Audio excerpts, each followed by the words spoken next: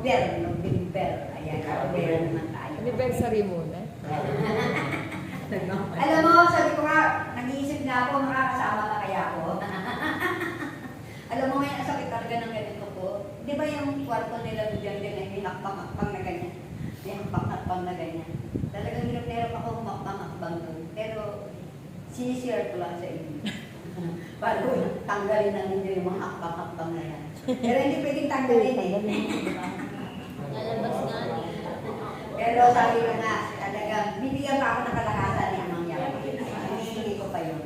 Kaya sabi ko nga eh, sabi nga hindi pwedeng ngayon na ikaw talaga yung buong isang linggo mag-aalaga sa bata. Hindi naman. 2 araw lang. Pero hindi yan ang dapat natin usapan. Amen? Amen? Amen? Kasama ba natin si Ama? Andito ba siya ngayon? Praise Yahweh!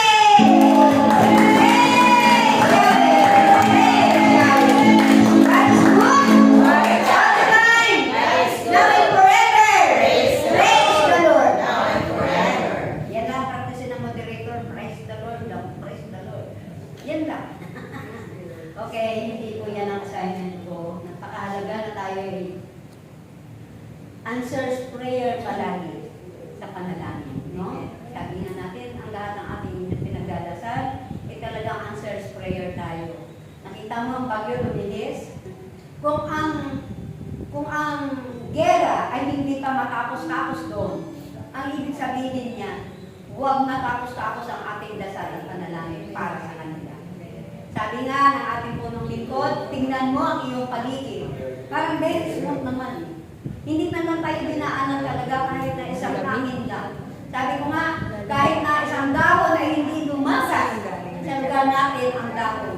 Dahil talagang pinahina ni Lord ang hangin. Sabi nga ng asawa ko, alam mo, tuwa ako sa asawa ko, pwede ba yung mamili? Ay, oo. Bukas sa kalooban mo eh. Humingi ka kay Lord. Sabi ko nga, ayoko ng hangin, Lord. Ayoko muna ng ulan dahil hindi pa tapos ang aming hubungan. Talagang nakakahinig ka, no? Talagang kahit na umulan, saglit lang. Pero talagang ibinibigay ng Diyos. Siguro sabi ko nga, dahil in love na ako kay Ama. Naramdaman niyo ba? In love din kayo kay Ama. Amen. Siyempre, hindi naman tayo natin ng 36 years na. Di ba? 36 years na tayo sa darating nating anniversary. 36 years. 38 ako nung pumasok. Ay, ibig sabihin na malapit.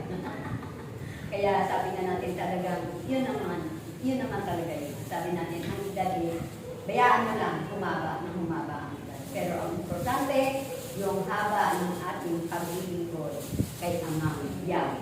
Palakpakan mo natin. Okay? Manatili na lang muna tayo nakaupo at ako'y mananalangin ng silang para sa ating Panginoon kay Amang Yawa. Isipin natin na talagang tayo minsan nagkakamali, nagkakasala, pero patuloy lang tayo humingi ng kapatawaran siya, napatatawaran tayo ng ating Panginoon. Sa ngalan ng Ama, ng Anak at ng Diyos Espiritu Santo. Amen. Amang Banal, Diyos na dakila, Amang Yahweh, Ama, magandang gabi sa iyo, Ama, sa gabi ito.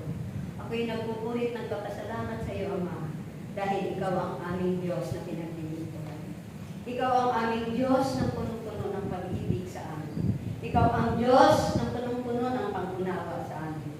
Kaya, Ama, pinupuri kita at sinasamba kita. Niluluwalhati kita, Ama, dahil ikaw ang Diyos ng lahat ng mga taong lumalapit sa iyo. Kaya, Ama, huwag mo nang tingnan ang aking mga pagkakamali. Huwag mo nang tingnan, Ama, ang aking mga pagkakasala. Pagkusama ang paglapit namin sa iyo sa gabi ito. Nagsusumamo ako sa iyo, Ama. Nawa, Ama, yung mga hihiling ko sa iyo, na ang ger ay kung pwede patigilin mo na.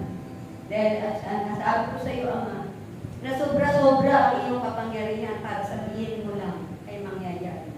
Ngunit ang kalooban mo, Ama, ang masusunod sa gabi ito.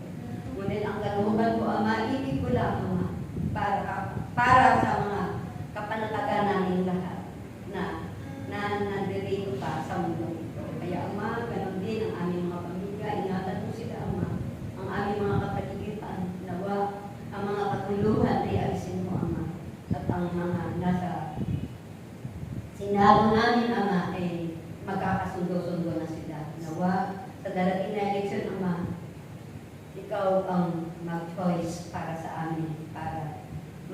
maayos at maganda na ang aming Pilipinas.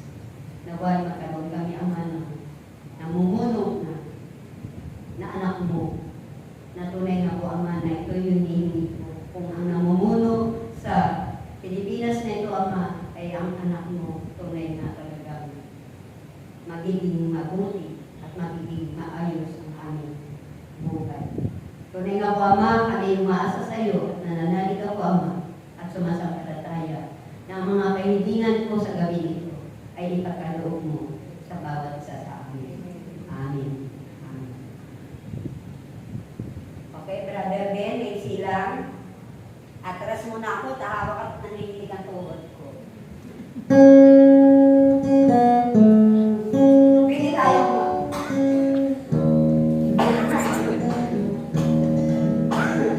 Pwede naman hindi ko. Malamig ko. Why does the sun go on shining? Why does the sea rush to shore? Don't they know it's the end of the war? It's empty when you say goodbye. Okay na, Brother Ben. Palakpakan po natin ang ating buhay ng Pinoy. Maraming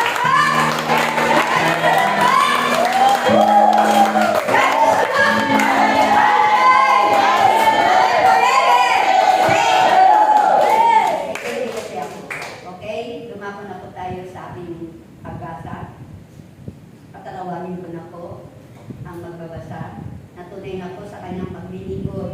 Mahaba man ang panahon, ngunit nandiyan pa rin siya, malakas pa rin at tinagaganda